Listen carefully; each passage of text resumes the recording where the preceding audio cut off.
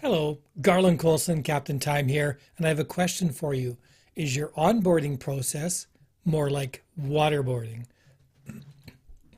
The idea for this video came from a client, and I was talking to a client and I was saying, well, gee, during your onboarding process, didn't they show you which tools they wanted you to use for this? And my client kind of snorted and said, onboarding? My experience was more like waterboarding. And for those of you not familiar with it, waterboarding is a form of torture. So you don't want your onboarding to be torturous. So let's talk about how to make it better. So what is onboarding? Onboarding is your process of orientation for your new employees. So it's bringing them up to speed on company policies, procedures, their benefits, reporting, who they report to, their product knowledge, anything they need to be a success. So this is a really key thing that's happening. You've spent a lot of money to hire a new person, so you want to make sure that they're going to be able to do the job. So how do we make onboarding easy?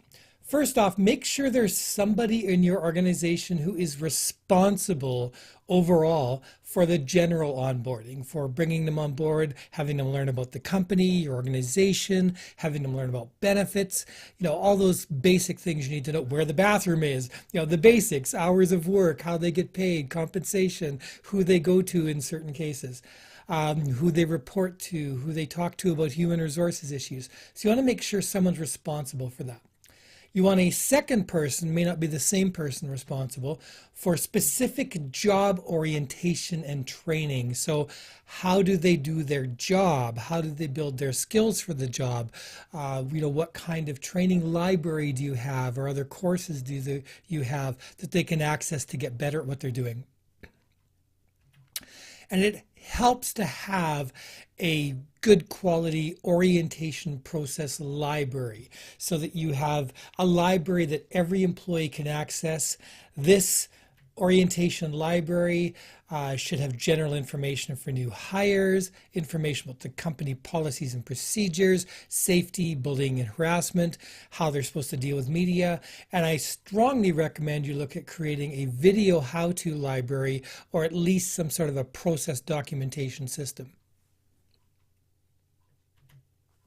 So let's talk about some of the tools you can use for this. There's a ton of tools out there, and it really doesn't matter what you use as long as you make sure that it's in place and it's going to have all the processes there.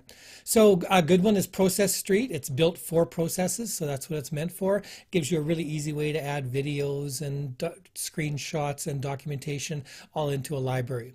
I often use Notion.so, which is like a wiki plus database system. Works great for creating this. Microsoft OneNote also works very well, easy to grab and embed screenshots and the rest.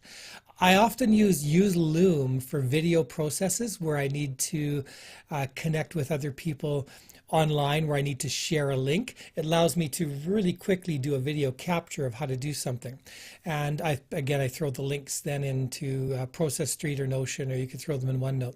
So again, it doesn't matter which one you use, but these are just a few tools to look at. So what if your employer doesn't have an onboarding process? You're going to need to create your own in this case and start asking, what do I need to know? Find out about breaks, vacation policies, who do you call if you're sick? Find out if there's any policies and procedure manuals and read them, if they exist.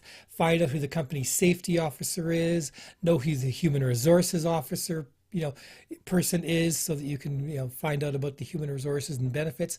Make sure you know who you report directly to and who their supervisor is, in case you might need to talk to someone over their head about something. And make sure you have a clear job description so you know what you should be focusing on. If need be, you might need to infer this from what people are asking you, then maybe put it in bullet point form and take it to your supervisor at some point and say, just trying to get my job description clear. Are these the priority things I should be focusing on? If you need help developing your onboarding system, I'd be happy to consult with you. Just contact me, Garland Colson, at captaintime.com. Thanks for listening. Please hit the like and subscribe button to encourage me to keep doing more videos like this.